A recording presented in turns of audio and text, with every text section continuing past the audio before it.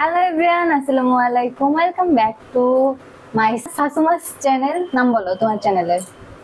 বউ শাশুড়ি বউ গল্প। শাশুড়ি গল্প। আর আজকে আমরা আবারও আসছি। তোমাদের অনেক বেশি কোয়েশ্চেন ছিল যে অ্যান্সার দিতে হবে এরকম, তো এই জন্য আমরা আবারও চলে আসছি একটু বউ আগেও শাশুড়ি মিলে। একটা ভিডিওর কমেন্টে জিজ্ঞেস করছে আন্টি কোশ্চেনের ভিডিওটা করবেন না? হ্যাঁ, আমি বলছি হ্যাঁ একটু পরেই করব। আবারও চলে আসলাম আমরা আমরা অনেকদিন পর হচ্ছে এই কোয়েশ্চেন এন্ড অ্যান্সার ভিডিও আবার বানানো শুরু করছে। এখন থেকে আমরা প্রায় বানাবো, তোমরা দেখতে পারবা। তো এত বেশি কথা না বলে হচ্ছে ফার্স্টে তোমাদের কোয়েশ্চেন গুলো পড়ি। অনেক টাইম আজকে আড্ডা দিব, সমস্যা নাই। আপু অনেক ভালো একটা কমেন্ট করছে, নাম হচ্ছে এমডি আবিদ হাসান অভি। আন্টি যা টাকা ইনকাম করবেন তার থেকে অল্প কিছু টাকা হলেও কিছু টাকা আলাদা অ্যাকাউন্টে রেখে দিবেন, সেটা হোক 1000, সেটাই জমতে জমতে একটা সময় বড় অ্যামাউন্ট হবে। সুন্দর একটা কথা বলছো অভি, অনেক সুন্দর। কথাটা ছোট যদিও কিন্তু মূল্য অনেক বড়। একটু একটু করে জমা করলো এক সময় কাজে লাগবে। হ্যাঁ, একটা সুন্দর কথা বলছো। থ্যাংক ইউ এত সুন্দর একটা কথা বলার জন্য। এম এস শামা, আসসালামু আলাইকুম আন্টি, আমি আপনার সাথে কথা বলতে চাই, একটু কাজের কথা ছিল, প্লিজ রিপ্লাই দিবেন। হ্যাঁ, আমার সাথে কথা বলতে হলে টিকটকে উপরে আমার নাম্বার দেওয়া আছে, প্লাস ইউটিউবেও কিন্তু ইউটিউবে বউ বায়োতে শাশুড়ির হচ্ছে। গল্প এই ইউটিউব চ্যানেলেও আমার হ্যাঁ, নাম্বার দেওয়া আছে। বায়োতে তোমরা বিজনেস হোয়াটসঅ্যাপ নাম্বার পেয়ে যাবা, তোমরা ওইখান থেকে মার সাথে যোগাযোগ হ্যাঁ, করতে পারবা। মেসেজ দিলে, ফোন দিলে পাবা না, ফোন দিলে পাবা না, কিন্তু কারণ পাবা কি না, শুধু নাম্বারে মেসেজ। ফোন দিলে তো বোঝোই 24 ঘন্টা ফোন বাজবে, ঘুম খাওয়া সব শেষ হয়ে যাবে। তুমি মেসেজ দিবা, দেখবা আমি মেসেজের রিপ্লাই দিব অবশ্যই। আচ্ছা, একজন লেখছে আপনাদের এত সমস্যা, তাহলে এত দামি বাসায় কেমনে থাকেন জানতে চাই। হ্যাঁ, এটা লেখছে এটা একটু, আশি। হ্যাঁ এটা একটু এটা প্রশ্ন করতেই পারো যে এত সমস্যা, তাহলে কিভাবে আপনারা এত বড় বাসায় থাকেন। আমরা কিন্তু এই বাসাটা সমস্যা হওয়ার পর আসি নাই, আমাদের সমস্যা হয়েছে এই বাসাটায় বসেই। আমরা আসছি এই বাসাটা 1 বছর হয়েছে। তা আমাদের সমস্যা আমি কিন্তু ভিডিওতে বলছি রমজান থেকে, তার মানে আজকে থেকে 5-6 মাস ধরে আমাদের একটু বেশি সমস্যা। তো আমরা আসছি 1 বছর হয়েছে বাসাটায়। তো এই বাসাটা এখন ছাড়তে গেলেও 2 মাস আগে ছাড়তে হয়, এবং এই বাসাটা সাইডে অন্য একটা বাসা নিতে গেলে ট্রাক ভাড়া, ওই বাসায় অ্যাডভান্স, এই বাসার টাকা দিয়ে যাইতে হইবে, একটা মোটা একটা অ্যামাউন্ট লাগে। এবং ওয়াইফাই চেঞ্জ করতে হয়, একটা বাসা চেঞ্জ করতে অনেক টাকা এক্সট্রা লাগে। এই জন্য আমরা প্রথম শুরুতে যখন দেখছি যে আমার হাজব্যান্ডের বিক্রি হইতেছে না, জমি বিক্রি হইতেছে না, অপেক্ষায় তারা ডেট দেয়, আজকে হবে, সামনের সপ্তাহে, সামনের মাসে, এরকম তারাও ডেট দিচ্ছে যে জমি দলিল করবে। আমরা ওই অপেক্ষায় ছিলাম। তারপরে যখন দেখতেছি এই ডেটে হয় না, তখন দেখা গেল প্রথমে কিছু গোল্ড আর কি বন্ধক রাখতে হয়েছে। তারপরে যখন দেখছি যে না, আবারও ডেটে হইতেছে না, তারপরে আবার জমি আমার ওই যে ফার্নিচার বিক্রি করছি। কারণ কি মানুষ, আমরা তো অপেক্ষা ছিলাম যে হবে হয়তো বা জমি সেল হবে, সেল হইলেই তো আমাদের যেটা এই কমিশনে আমরা যেটা পাইতাম, এটা একটা মোটামুটি ভালো অ্যামাউন্ট পাইতাম, তাহলে দেখা গেল আমাদের সমস্যা থাকতো না। তো একটু অপেক্ষা করছি, হয় কিনা অপেক্ষা 3-4 মাস হয়ে গেছে। তারপরে যখন দেখি না হয়ই নাই, তখন আমরা ফার্নিচার বিক্রি করা শুরু করছি। তো এখন আমরা বাসাটা চেঞ্জ করলেও 2 মাস লাগবে, 2 মাস পর বাসা নিতে হবে। তো এই জন্য মানে হুট করে যে একটা মানুষ সমস্যায় পড়লেই কি একটা মানুষ হুট করে একটা ছোট টিনসেট বাসায় যায়, মানুষটা একটু চেষ্টা করে যে না, এই বাসাটা থাকাকালীনই দেখি যদি সমস্যা সমাধান করে ওঠা যায়। এই জন্য আর কি বাসাটা চেঞ্জ করে যাইতেও পারি না, কারণ বাসা চেঞ্জ করতেও টাকা লাগে। এখন এই অবস্থায় আছি, এখন বাসা ছাইড়ে দেব, তারপর ছোট বাসা নেব, এটাও তো একটু সময় লাগে। আর আমরা তো সমস্যার পর এই বাসাটায় আসি নাই, আমরা আসছি 1 বছর হয়েছে এই বাসাটায়। এখান থেকে যাইতে একটু সময় লাগবে। তুমি প্রশ্নটা করছো, এটা তোমার কাছে রাইট আছে, এবং তোমাদের ভিতরে কোনো প্রশ্ন থাকলে করবা, আমরা ভাঙাই দেব সেটা। আচ্ছা, রাসনা ইসলাম, আসসালামু আলাইকুম আন্টি, আপনাকে ভালো লাগে, আপন লাগে, আপনার বাড়িও কি? আমার বাড়িও বরিশালে, থাকি কানাডায়। আপনি আপনার সন্তানদের জন্য যা করেছেন সবই সবসময় বলেছে। এখন অবাক লাগে যে আপনি নিজে এমন পরিস্থিতিতে থেকেও সন্তানদের হাত ছাড়েন নাই, কিন্তু আমার দেখা বহু মানুষ আছে নিজের সুখের জন্য সন্তানদের ভুলে যায়। আপনি স্বামীকে যেভাবে আপনার কাছে রেখে, স্বামীকে মানে স্বামী নাকি স্বামী মানে বড় ছেলে। এটা সত্যি প্রশংসার। এমন মহিলাকে দেখেছি বিয়ে করে 1 বছরে বাচ্চা ফেলে চলে যায়।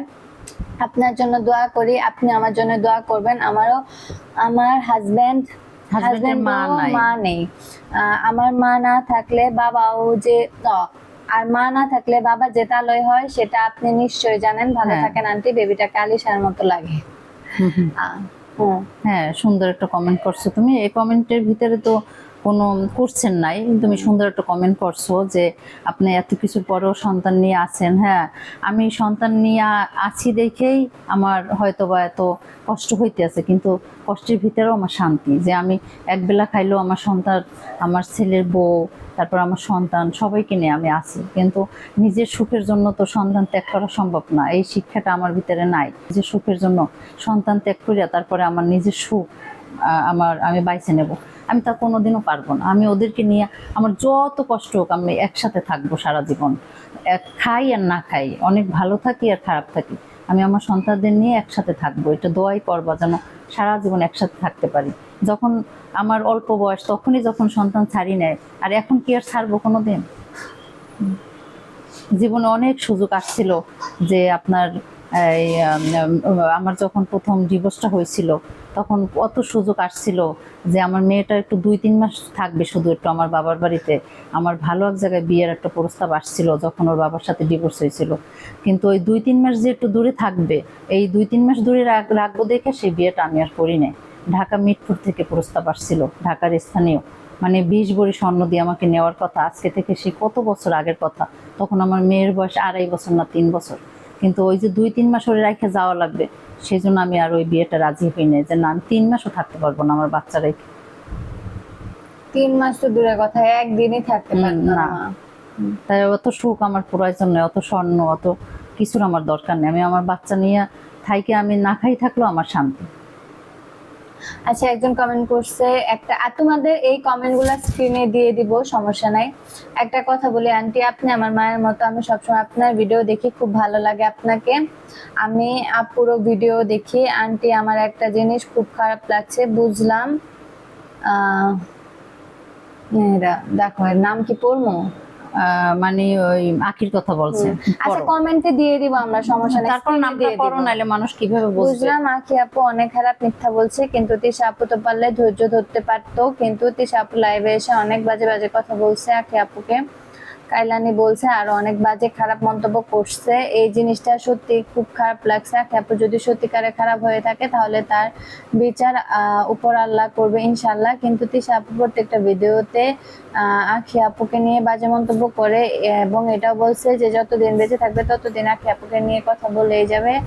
আপনি বলেন, আপনি তো মা, এটা কি দেখতে ভালো লাগে? আল্লাহ সব সময় ধৈর্যশীল ব্যক্তিকে পছন্দ করেন। তিশা আপুকে বোঝান, কখনো কাউকে কষ্ট দিয়ে কথা বলতে হয় না। এইটা নিয়ে আমি একটু কথা বলতে চাই। সেটা হলো, এইটা নিয়ে কথা, যদি এই ভিডিওটা আখি দেখে থাকে, ওরে নিয়ে আমি এই কথাটা বলতে চাই। যখন ওদের বিয়ে হয়েছে, কিভাবে হয়েছে এগুলো তো আর আমি জানি না, আমি ওদের ভিতরে ছিলামও না।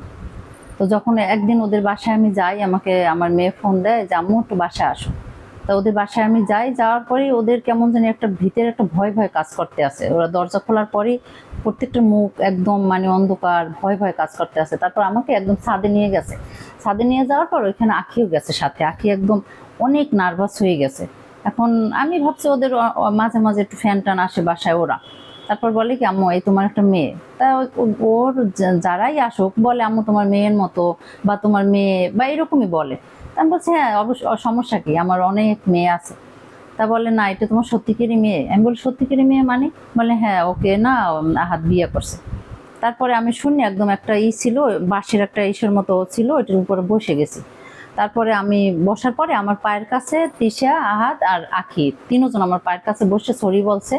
আর ওরা আমারে মানে বলছে যে আমাদের তোমার ভালোবাসার দরকার নেই, তুমি আখিরে বাসো ভালো এখন থেকে মেয়ের মতো, তাহলেই আমরা খুশি হব। ওরা দুইজন বলছে, আহাদ আর তিশা বলছে যে আখিরে ভালোবাসো তাহলেই আমরা খুশি হব।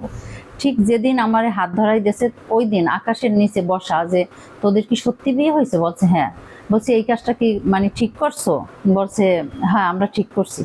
তাহলে এটা কি কতদিন এটা এইরকম থাকবে? বলে আজীবন। তা আমি একটা কথা বলছি, তিনজনের 6 হাত এক কইরে আমি একটা কথাই বলছি, যে আকাশের নিচে আমি মা, আমার সামনে তুমি তোমার স্বামীকে বিয়ে করাইছো বা বিয়ে করছে কি আমি কিছু জানি না। ও বলছে আমি আহাদকে নিজেই বিয়ে করাইছি। তারপর পরে শুনলাম নাকি ও জানেই না। আমি এটা আদৌ কোনটা সত্য কোনটা মিথ্যে আমি কিচ্ছু জানি না। তারপরে আমি ওদের 6 হাত এক করে আমি বলছি এই তোমাদের 6 হাত এক করে দিলাম, যেহেতু বিয়ে হয়ে গেছে এখন ওরে তো আর আমি বলতে পারি না যে ওরে বিদায় দিয়ে দাও, তাহলে তোমরা এই 6 হাত এক করে দিলাম, এরকমই থাকবা, যদি কখনো কোনো ঝামেলা হয় তোমাদের ভিতরে কিন্তু আমি নাই। এই কথাটা আমি বলছি যে ও আজকে থেকে আমি ওরে মেয়ের মতোই দেখবো। ঠিক ওই দিন থেকে আমি আমার বাসা থেকে আমি যদি 2টা মানে একটু তরকারি নিয়ে যাই, 2জনের জন্য নিয়ে গেছি। আমি যদি কোনো গিফট নিয়ে যাই, কোনো জন্মদিন যদি আমার মেয়ের হয়েছে, তা একই গিফট 2জনের জন্য নিয়ে গেছি, আখির জন্য তিশার জন্য একই গিফট নিয়ে গেছি। আবার যখন আখির বাচ্চাটা পেটে, তখন মানে ও অনেক কান্নাকাটি করছে, অনেক ভাঙ্গে পড়ছে, তখন ওর পাশে আমি দাঁড়াইছি যে আমি তো আছি, আমি তো তোমার মায়ের মতোই আছি, তুমি টেনশন করবে না। সেই থেকে ওর মাথায় পানি দেওয়া, ওকে খাওয়াই দেওয়া, ওর হরলিক্স খাওয়ানো, ওর যাবতীয় যা একটা মা হিসেবে একটা সন্তান যদি প্রেগনেন্ট থাকে যত যত্ন সব আমি করছি, কোনো ত্রুটি আমি রাখি নাই। এমনকি আহাদের আম্মু যদি বাসায় আসছে তাহলে আখি আমার পাশে লুকিয়ে থাকছে। আহাদের আম্মু যদি বলছে যে নাকি একটু চা করে দাও, তারপরে ও এরকম কুন করছে, মানে ও তো অসুস্থ, আমি বলছি কি আপা ও তো ওরে দিয়ে তো আমি কিছু করাই না, আপনি একটু ওই বুয়ারে বলেন, বুয়া চা বানাই দেবে, এবার সাথে ও চা বানানোর জন্য লোক আছে, ও তো অসুস্থ। এরকম করে ওরে আমি ভালোবাসছি। তা আমার দুঃখ একটাই, আজকে এই যে প্রশ্নটা আমাকে করছে যে আপনার মেয়ে এগুলো বলে, আপনি একটু ওকে নিষেধ করেন। নিষেধ তো এগুলো আমি পছন্দ করি না। আমাকে তো তোমরা কোনো সময়ই দেখো না কারোর নিয়ে একটা ছোট করে কথা বলা বা কিছু, আমি কোনোদিন এগুলো পছন্দই করি না। তাই ওরা কেন বলে, কিসের জন্য বলে, আমি অনেক নিষেধ করছি, আমার কথা শোনেও না, আর আমি জানিও না এগুলো কেন বলে, এগুলো বলা ঠিকও না। কিন্তু এখন আজকে যে আমি বলবো যে হ্যাঁ এই আখিকে নিয়ে এইভাবে বলে কেন, এটা সেটা, আমি কার জন্য যুদ্ধটা করব? আমি তো ওর সন্তানের মতো ভালোবাসি। আজ পর্যন্ত ওর ভিডিওতে, ও এই তিশার বাসায় যাওয়ার পর থেকে এই পর্যন্ত প্রতিদিন মনে হয় 10টা 20টা করে ভিডিও ছাড়ে। ও কোনো ভিডিওতে, কোনো লাইভে, কোনো ও ইন্টারভিউতে কখনো বলে নাই যে আমার পাশে আমার স্বামী, আমার সতীন একদম পৃথিবীর সবচেয়ে নিকৃষ্ট, সবচেয়ে খারাপ আখির স্বামী এবং সতীন। কিন্তু একটা বার তো বলতে পারতো যে না আমার সতীনের মা, ওর আম্মু না বলুক, ও তো আমাকে আম্মু ডাকতো আখি, ওর আম্মু না নাই বলুক, বলতে পারতো আমার সতীনের মা আমাকে অনেক ভালোবাসছে, আমার প্রেগনেন্ট অবস্থায় সে আমার পাশে ছিল, ও একদিন অসুস্থ হয়ে পড়ে গেছে, ওর পা চাপছি আমি, ওর মাথায় পানি দিয়ে দিছি। ও পারলে কোনো একটা ভিডিওতে এসে বলুক যে এগুলো মিথ্যা। কিভাবে ও পারে? মানুষের যেটা সত্য, আমি একটা মায়ের মতো, আমি যতটুকু করছি, ও জীবনে একদিন এতটুকু বলতো যে না, এই যে সেদিন একটা ইসে গেছে, ও ইন্টারভিউতে গেছে, ও বলছে আমার প্রেগনেন্ট অবস্থা আমার পাশে কেউ ছিল না, তাহলে তখনই কিন্তু ওর মনে নাই, যে মনে পড়ে নাই যে আমি ওর পাশে ছিলাম? একটা বার বলতো যে না আমার সতীনের মা আমারে অনেক ভালোবাসছে, আমার পাশে সেই ছিল আর কেউ ছিল না, ও এই কথাটা বলতো। তাহলে মানুষের যদি মানুষত্ব বোধ থাকে, তাহলে প্রেগনেন্ট অবস্থায় যদি একটা মানুষ পুরোপুরি অবস্থাতেই এরকম কেউ যত্ন করে, তাহলে তাকে ভোলা যায় না। কিন্তু ও জীবনে কোনোদিন একদিন বললো না। একটা মাকে যদি প্রশংসা করা হয় যে এই মা সে আমাকে যত্ন করছে, তুই কোনো জায়গায় ছোট হইতি না আখি, কোনো জায়গায় ছোট হইতি না, আল্লাহর কাছে ভালো থাকতি। আরো আমি অনেক কষ্ট পাইছি তোর এই ব্যবহারটায়, তুই এটা বলতে পারতি। এখন তুই তিশাকে কি বলো, তিশা তোকে কি বলে, তা তো আর আমি জানি না, আমি এগুলো দেখতে চাইও না, এগুলো আমি বহুত নিষেধ করতে যাইয়েই আমি আজকে এই অবস্থা। তোকে নিয়ে এইসব বলে দেখে নিষেধ করতে যাই আজকে আমার এই অবস্থা। আমি ওর সাথে সম্পর্কই আমি বাদ দিয়ে দিছি, আমি এগুলো পছন্দ করি না। ভিডিও বানাবি সুন্দর করে, কিন্তু দেখ একটাবার তো বললি না যে প্রত্যেকটা কমেন্টের নিচে আমি কি লিখি। হয়তো বা কমেন্টগুলো তোর পড়ো না, জানো না, আমি জানি না, কিছু মানুষ তো দেখে। আমি তো কোনো সময় আজ পর্যন্ত তোর বিরুদ্ধে একটা কোনো কথা বলি নাই, বলতে তো পারতাম, বলিও নাই, আর বলবো না, আমি এই ধরনের মানুষ না। কিন্তু তুই যদি তোর মুখ থেকে একদিন একটু বলতি যে না আমার পাশে সে ছিল, আমি সব সময় তোদের বাসায় কোনো কিছু হইলে আমি সব সময় আমার মেয়ে দেখতে যাই না, আমি মেয়ের হাজবেন্ডকেও দেখতে যাই না, আমি কিন্তু সব সময় তোর হয়ে কথা বলছি। তোরা যখন আলাদা হইতে চাইছিলি, উপরে নিচে থাকবি, তখন সমস্ত তুই আমার লিস্ট ধরাই দিছিলি একটা, তারপর আমি 1 ঘন্টার মধ্যে ওইগুলো সব আমি কেনাকাটা করছি। ওই কারোর কাছে তো বলো না এই কথা। তারপর তোর আম্মু আইসা বলছে না আলাদা হওয়া যাবে না, একসাথেই থাকবা তোমরা। এর ভিতরে আমার ফোন গেছে যে এগুলো কেনার দরকার নেই, বাসায় চলে আসো। আমি ওই অলরেডি ওই সময় সব কেনা শেষ, ওইগুলোও তো তোর বাসায় তোর কাছে পৌঁছেই দিছি। এগুলোও তো তুই বলতে পারতি যে আলাদা আমি থাকতে চাইছি, তাও আমার সতীনের আম্মু সব কিছু কেনাকাটা করছে আমার আলাদা করে দেওয়ার জন্য। কোনোদিনই তো কোনো কিছু বললি না, যুদ্ধ তো কম করি না। তুই যখন রাগ করে চলে গেলি তখন তোর আব্বু নিজে আমার ফোন দিয়েছে যে একমাত্র আপা আপনার কথায় আসতে পারে, আমাদের কেউরে মানে নাও, একমাত্র আপনি বললে আসতে পারে। তাহলে এটা কেন বলছে? আমি তোরে ভালোবাসি, সে জানে তাই বলছে। তাহলে তুই কোনোদিন বলো না, থাক বলা লাগবে না। আমি তোরে যদি যত্ন করে থাকি, ভালোবাসে থাকি মেয়ের মতো, সেটা উপর আল্লাহ দেখছে, আর আমি তো জানি, আর তুই তো জানো, তাতেই আমার হবে। আরেকজন কমেন্ট করছে, নাজমুন নাহা তিথি, ভিডিওটা দেখে সত্যি মনটা ভালো হয়ে গেল। শাশুড়ি মায়ের কথাগুলো শুনে মনে হলো উনি একজন শাশুড়ি নন, একজন স্নেহময়ী মাও। এমন শাশুড়ি মন, মায়া, মমতা আর বোঝাপড়ার মানুষ আজকাল খুবই কম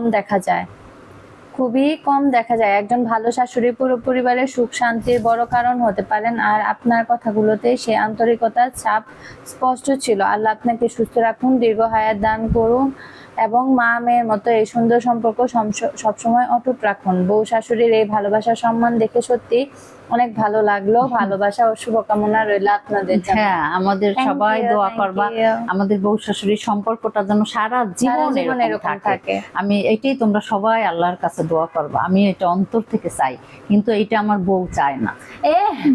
এই দেন মানুষ কাটসিম করে, এই যে মুনতাহা চায় না। তা মানুষের জন্য তো কিছু একটু করতে হইবে, কাছে করে তারা নাহলে কি করবে। দেখ, তোমরা আমাদের জন্য দোয়া করবা যেন আমরা সারা জীবন এইভাবে সবসময় হাসি খুশি থাকতে পারি। আর এইভাবে বেশি বেশি ভালোবাসবা মাকে, এইভাবে তোমরা ভালোবাসা দিবা। মা সবার কমেন্ট কিন্তু মা একাই রিপ্লাই দেয়, একাই করে সবকিছু। তোমাদের এই যে রিপ্লাই দেয়া প্লাস হচ্ছে কমেন্ট গুলা দেখা, সবকিছু কিন্তু তোমাদের আন্টি করে। তো বেশি বেশি কমেন্ট করবা, কারণ কমেন্ট দেখলে মা বেশি খুশি হয়, মা কিন্তু আরো বেশি উৎসাহ পায়। তো বেশি বেশি মাকে কমেন্ট করবা। আর স্ক্রিনে দিয়ে দিও এই কমেন্ট গুলো। হ্যাঁ আপু, আপনাকে আমি অনেক আগে থেকেই চিনতাম, কারণ আমি বরগুনার মেয়ে। আমার ফ্যামিলি অনেকে আমি চিনি, আপনার ফ্যামিলির অনেকে আমি চিনি। আপনি সত্যি অসাধারণ একজন মানুষ। আপনি যেমন মা হিসেবে সেরা, তেমনি শাশুড়ি হিসেবেও সেরা। আর আপনি এত ভালো ফ্যামিলির মেয়ে হয়েও আপনার লাইফটা এমন ছন্নছাড়া হলো কেন আপু? আমরা সেই বিষয়ে জানতে চাই। আশা করি কোনো এক ভিডিওতে আপনি ক্লিয়ার করবেন। আর হ্যাঁ, আপনার টাকা হলেও আপনার পরিবর্তন হবে না, এটা আমি বিশ্বাস করি, কারণ বংশীয় মেয়েরা কখনো অহংকারী করে না। আপনার জন্য অনেক ভালোবাসা আপু, একদম ঠিক। আমি তোমাদের সাথে আজকে একটা কথা বলি। আমি তো সবসময় প্রায় বলি আমার ছোটবেলার অনেক দুঃখের মানে ইতিহাস আছে, যেগুলো বললে সিনেমা হয়ে যায়। এটা কিন্তু প্রায় আমি বলি। আর মার কথাগুলা যারা শুনবে, যারা কাছ থেকে মারে চিনে, একমাত্র তারাই মারে চিনবে। তাছাড়া এই যে অনেকে এই যে ট্রোল করো বা অনেকেই করো, তোমরা শুধু ভিডিওতে যেটুকু দেখো এইটুকুই। বাট আমি মারে সবসময় এটাই বলি যে মা, তোমার একদম বাচ্চা কাল থেকে তোমার এইটুকু বয়সে যে কাহিনীটা, এইটা যারা শুনবে একমাত্র তারাই তোমার খাঁটি মানুষ চিনবে। তাছাড়া এই কেউ কাহিনী আমি চিনবে না। কোথায় বলবো জানো? হ্যাঁ, কোনো একটা ইন্টারভিউতে আমি বলবো, ইনশাল্লাহ, আল্লাহ যদি আমাকে ওই পর্যন্ত কখনো নেয়, আমি কোনো একটা ইন্টারভিউতে এই কাহিনীগুলো বলবো, আমার জীবনের কাহিনী। তোমরা তখন শুনবা। আর তোমরা যারা এত ভালোবাসা দিছো, তোমাদের জন্য আমার অন্তর থেকে দোয়া। তোমরা সুস্থ থাকো, ভালো থাকো। আর বেশি অনেকেই বাহির থেকেও দেখো, তোমরাও বাহিরে আছো, দোয়া করি ভালো থাকো। সবাইকে আপনজনদের রাখে তারপর তোমরা বাহিরে আছো। আর সবাই এত বড় কমেন্ট করো, এই জন্য তোমাদের মানে ধন্যবাদ দিয়েও আমি ছোট করতে চাই না। আমি দোয়া করি তোমাদের সবাইকে, তোমরা সবাই সুস্থ থাকো, ভালো থাকো। তোমার মন খারাপ হয়ে গেছে? মন খারাপ না, তোমার কাহিনী ভাবতেছি। ও আবার সেই কাহিনীর ভিতরে ডাইরেক্ট। আমি যদি কখনো ইন্টারভিউতে যদি আমাকে কেউ কখনো নেয়, অবশ্যই আমাদের বউ শাশুড়ি কি নিবে, আমি একা কখনো যাব না, ও আমার সাথে থাকবে। যদি কোনোদিন এই সুযোগ আল্লাহ করে দেয়, তখন আমি বলবো। তোমরা ততদিন একটু ওয়েট করো। আজান দিয়ে ফেলাইছে, এখন অনেক গল্প করছি। ভালো থাকো তোমরা, দোয়া করো। আল্লাহ হাফেজ।